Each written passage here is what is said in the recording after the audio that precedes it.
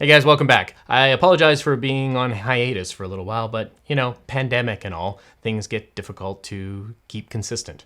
Anyways, today I have a awesome conversation I had with a friend of mine, Tim Noetzel, who works with freelancers in order to train them on how to be better at their craft. Now, we had a quick conversation about all the things around being freelancing, and at the end of this video, I'm going to talk about a couple opportunities that you guys can jump in on. All right, I just want to add one small disclaimer. This was the first time I tried to conduct an interview over Zoom, and I learned a lot of things about Zoom recording and video quality. So I apologize for the video quality. I did my best to keep the audio as good as possible, but there was a couple of hiccups. Anyways, without further ado, let's jump into the interview.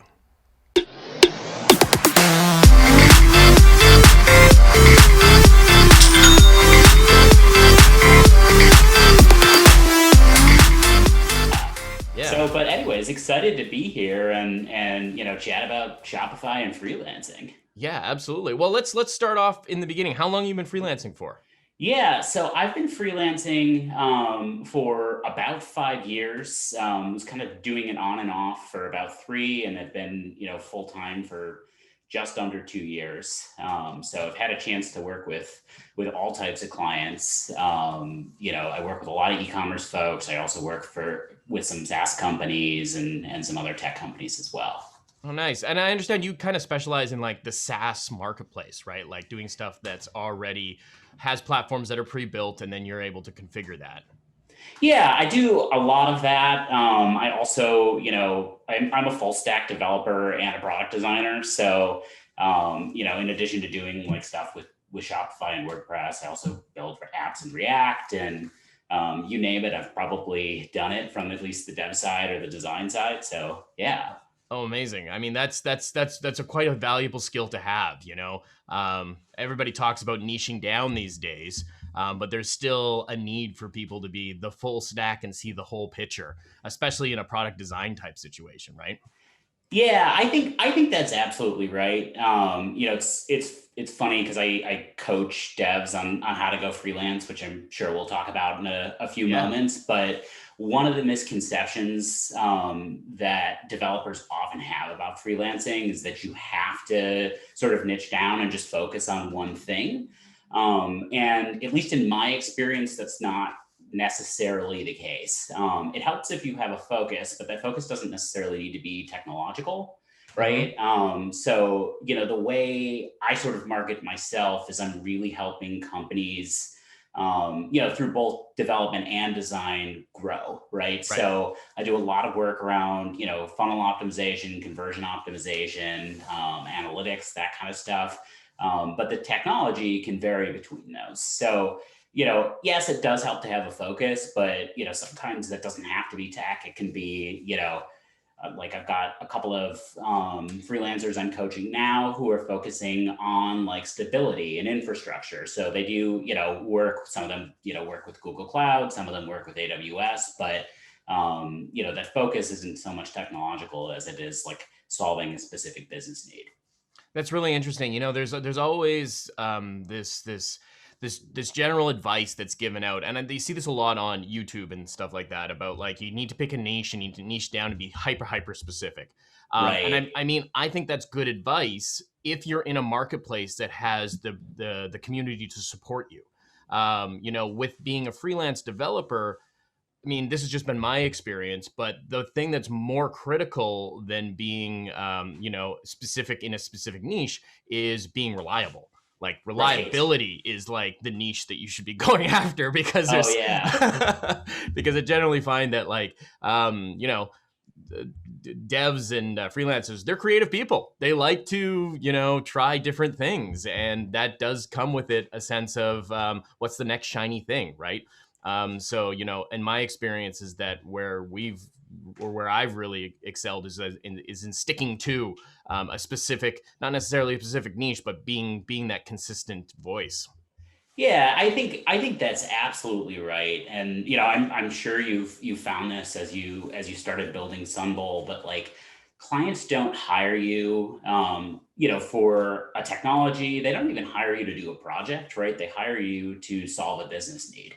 Yeah. And the number one thing that you can do, I think, as a freelancer is, first of all, just understand what that is. Like, what's the need behind the project? If they, want you to build a new website for them, why are they asking for that, right? Is it because their old website isn't doing a good enough job of selling to their customers? Is it because there are all sorts of like logistics issues that's creating, and so they're having to, spend tons of manual time and they're wasting lots of money? Like, what is that?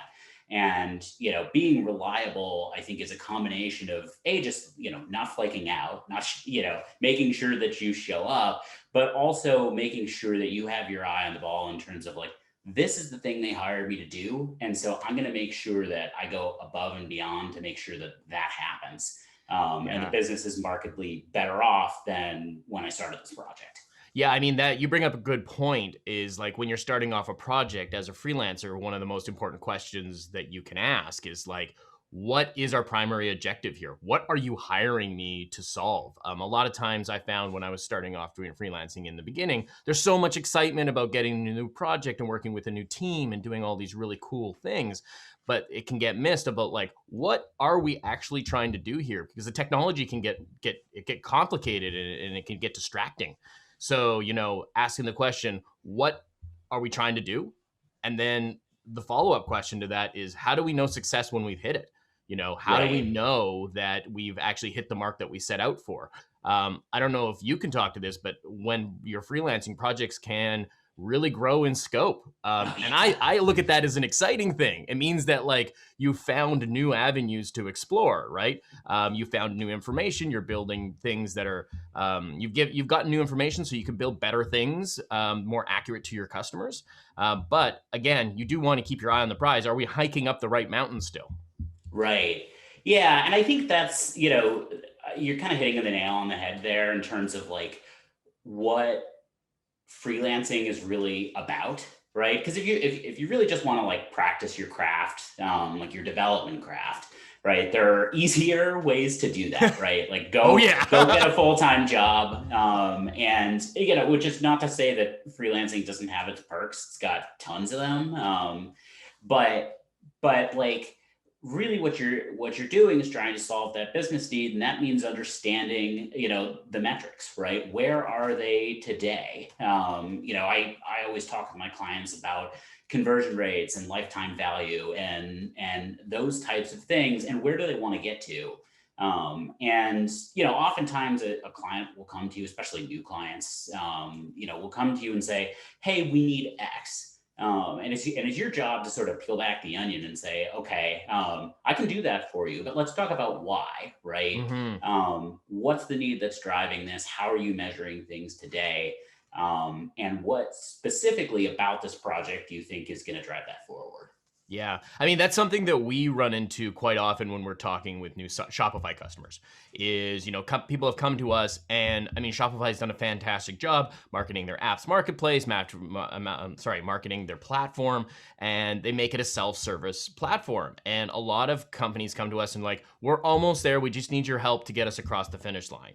And without understanding the original goal in the beginning, it's very difficult to pick up a ball that's been, passed along a number of times and then take it across the finish line, right?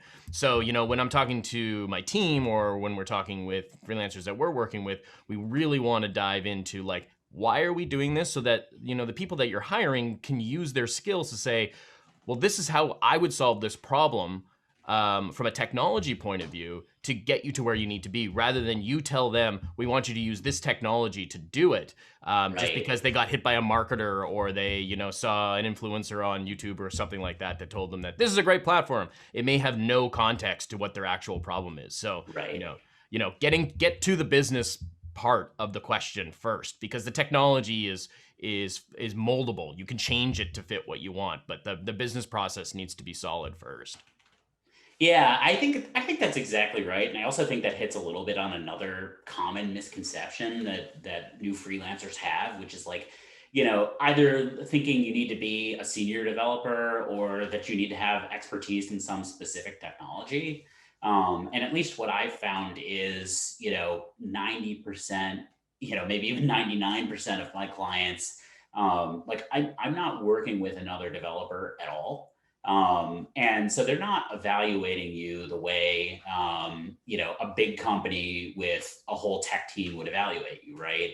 And in fact, they don't really even care, about the technology choices as long as they're, stable enough and they deliver on that business value, right? And the truth is, like, if you have skills in HTML and CSS and you can put a simple website together, right? Like that's a skill a ton of people don't have, and it's marketable. And Absolutely. so, that sort of conception of like, oh, I need to know absolutely everything, and I need to have been doing this for 10 years. Is honestly just plain wrong. And like, if you're someone, sitting here today watching this video thinking like, hey, I'd love to be freelancing in 2 or 3 years, ask yourself why not today? Because honestly, I think there's tons of opportunities to get started, and a lot of folks are willing to pay for knowledge that you already have.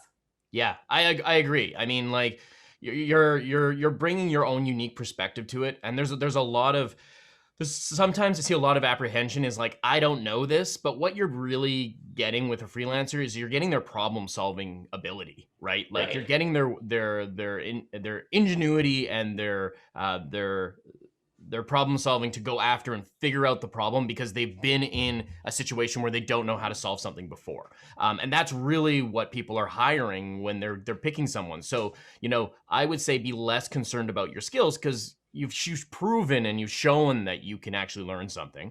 And there is way too much to learn, right? And that's one of the Right. great things about working on the web is that like you are going to be learning till the end of time because there's new stuff coming out. There's ancient stuff that we still work with. There's a bunch of stuff that is happening. And like it's a constant pursuit of happiness kind of thing, pursuit of knowledge type thing. Yeah.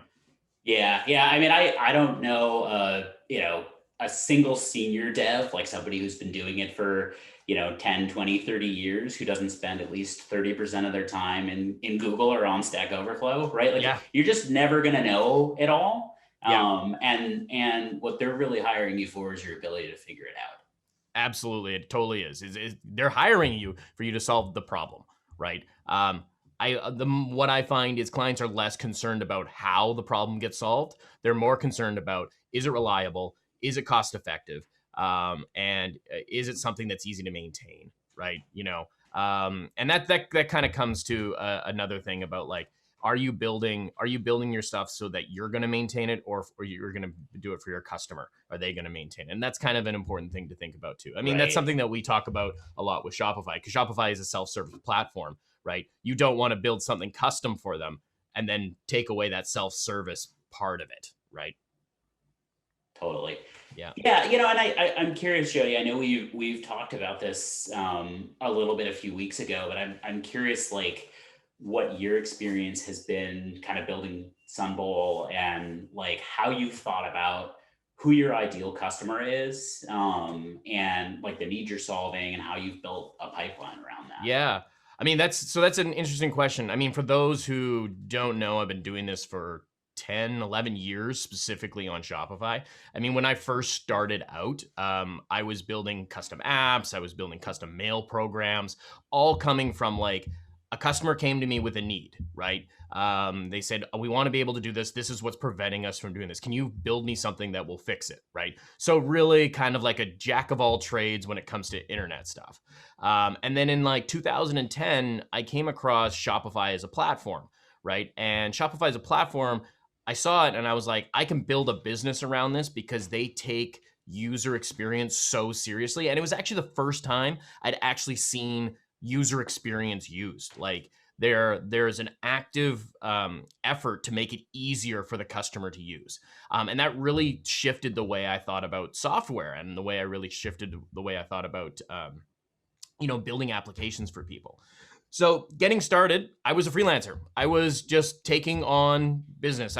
Someone would refer me to somebody else. I would get, a job. And then I got a stroke of luck. Shopify opened up an experts directory, right? So I got a listing on the experts directory and I saw the value in being on that directory, right? And that started bringing in a consistent amount of inquiries. So I was given a pipeline early that I could adjust and change with it. And as I grew as a freelancer, I realized that I was a competent coder. I could build a lot of things, but where my skill set really lied was in teaching and in empowering other people to do what they did best. Because like, I mean, as a freelancer, if you've got 3 or 4 clients, it's great, right? You can handle the communications, you can handle the email. You move to 5 or 10 clients, and now you need a project manager. You need somebody who manages all of those individual projects.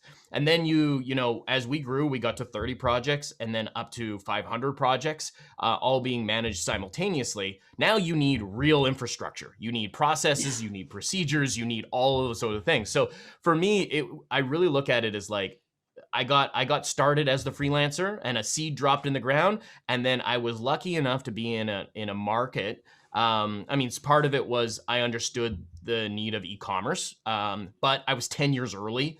I was like, this is going to change the world. And then 10 years later, when the pandemic hit, I was like, now the game started. And so I was lucky to build that pipeline. But we work with, freelancers all the time. And this is one of the reasons why I like connecting with you, is because, and I was hoping you could talk a little bit about what you offer here is the training and the bringing people along in the teaching. That's really what excites me about what we're working on, is like empowering people to learn new stuff and give them the opportunity to create really beautiful things.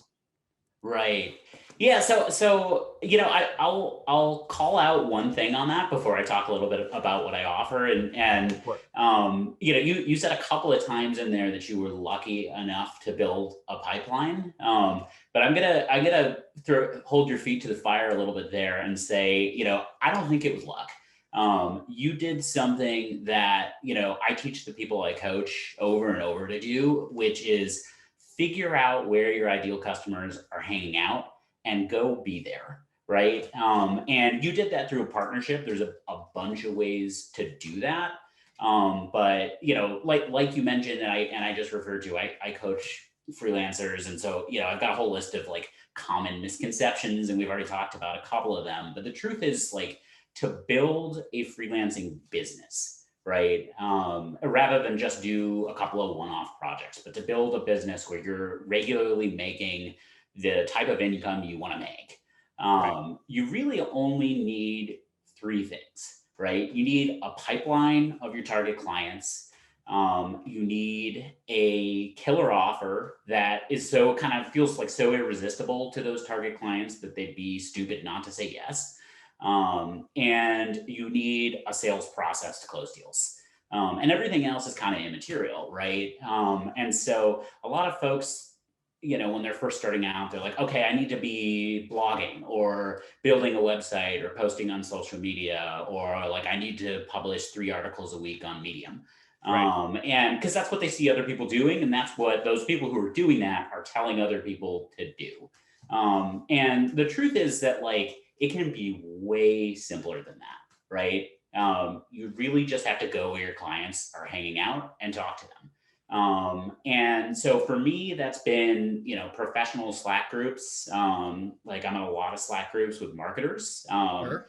and specifically e-commerce marketers who are either on like Shopify or WooCommerce. I'm in a lot of professional Slack groups with folks who run SaaS companies. So those have worked really well. LinkedIn, local meetups, whatever, right?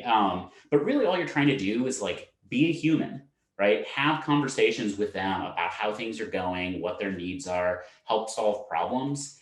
And as you start to build those relationships, I think just like you kind of did, digitally and getting listed in the, Shopify experts directory, early on, you start to, find the places where people have needs, and people understand that you can solve their problems. And that can happen really quickly, which is nice as compared to something like blogging where, to have any success with blogging takes at least 6 months. And even then, like And then, yeah, most blogs fail. content creation marketing, that's the long game. Like that Right. is really the long, long, long game. Like I mean, from my position, I started doing YouTube videos in 2012, I think. And then took a 6-year hiatus. But I still get inquiries from that content that I put out so long. Like there's a portion of it which is like, first of all, you don't need that many clients to make a successful business. You need like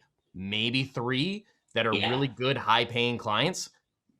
Yeah. 3 compared to like billions of people on the internet. Like you don't have to really look too far. It may be hard to find them initially, but you keep searching and you will find those great clients. So, I mean, when you said like maybe when I say it's luck, and really coming back to when we first started, I was like, it's all about consistency, right? And like it's just showing up and being there and really just doing the best that you can every single day, and not being too hard on yourself when you're like, I'm 3 months into this and this is not working. I mean, obviously there's a financial component to that where you've got to make sure that you're being able to sustain yourself. And that's kind of part of the Sunbowl business model, which I don't talk about a lot on this channel, is that we do work with freelancers, giving them a side hustle, to allow them to work and build out their own businesses while doing some, contract work for us, which is great. But like ultimately, it's a long game, and time is going to pass anyways. So you might as well go after your dreams, because the ones that take the longest time, they're eventually going to get there anyways, right? So Yeah. do you want to talk a little bit about your course and what you're offering? Yeah. Yeah. So, in addition to working with a bunch of e-commerce and SaaS companies, one of the things I've recently started doing is coaching new freelancers one-on-one, right? So if you're a developer or a designer who's kind of interested in starting to freelance, I've got a bunch of free resources, including an email course. It's about 5 emails long. It'll kind of take you through, here are all the basics. Here's how to even know if freelancing is right for you. It covers all of those things I just mentioned, right? Like setting up a pipeline, figuring out where your clients are hanging out, building a little bit of a sales process so you're not just winging it, which, by the way, I found is the difference between like a $5,000 project and a $15,000 project. Wow. So like don't wing it, have a plan. It doesn't have to be a formal 20-page plan. It just needs to be a set of steps where you make sure that clients realize your value, and take them through kind of a process so that they feel confident, and they're ready to buy and they're ready to pay premium prices for it. So I take you through that. And then for folks who want a little bit more attention, I do one-on-one coaching as well. I'll make this blanket offer and I make this to anyone who signs up for the free course. And I think there's going to be a link below the video. We're gonna drop a link down below so people can get access to that. But anybody who signs up who wants to talk, I'll do a free hour-long strategy session with you. We'll talk about where you are in your development career. We'll talk about whether freelancing is right for you, and we can work together over that hour to basically build a roadmap for how you can go from no clients to those 3 or 4 clients that are going to generate enough income to replace your, full-time dev gig. Right. That sounds awesome. That's a super generous offer. I really appreciate that. Yeah. And like you said, Yeah. we're going to drop that down below so that people can sign up for your email list, with a couple links to some resources and stuff like that. Great. Well, thank you, Tim, for the time. I really appreciate you taking time out of your day to chat with me about freelancing and stuff like that. I think we should definitely do this again. There's a lot of stuff that we can uncover. Absolutely, Jody. Thanks for having me. All right. Thank you. Have a wonderful day. See ya. All right. You too. All right. Thanks for sticking through that interview. I found it incredibly enlightening, and we're probably going to do a couple of more down the road. Now, one of the things that I wanted to share with you guys, I've left a link down below so that you can connect with Tim on any of the offers that he has, that polite offer that he gave us during the video. It's linked down below. And also, I wanted to give a shout out to anybody who is a Shopify freelancer. We are actually looking to onboard some people here at Sunbowl. So if you are interested in learning more about Shopify, you have Shopify experience, or you're maybe, looking for a little bit of a side hustle, I've also left another link for jobs down below where you can apply through our website. All right, that's everything for me today. I hope you guys are doing well, and we will catch you guys in the next one.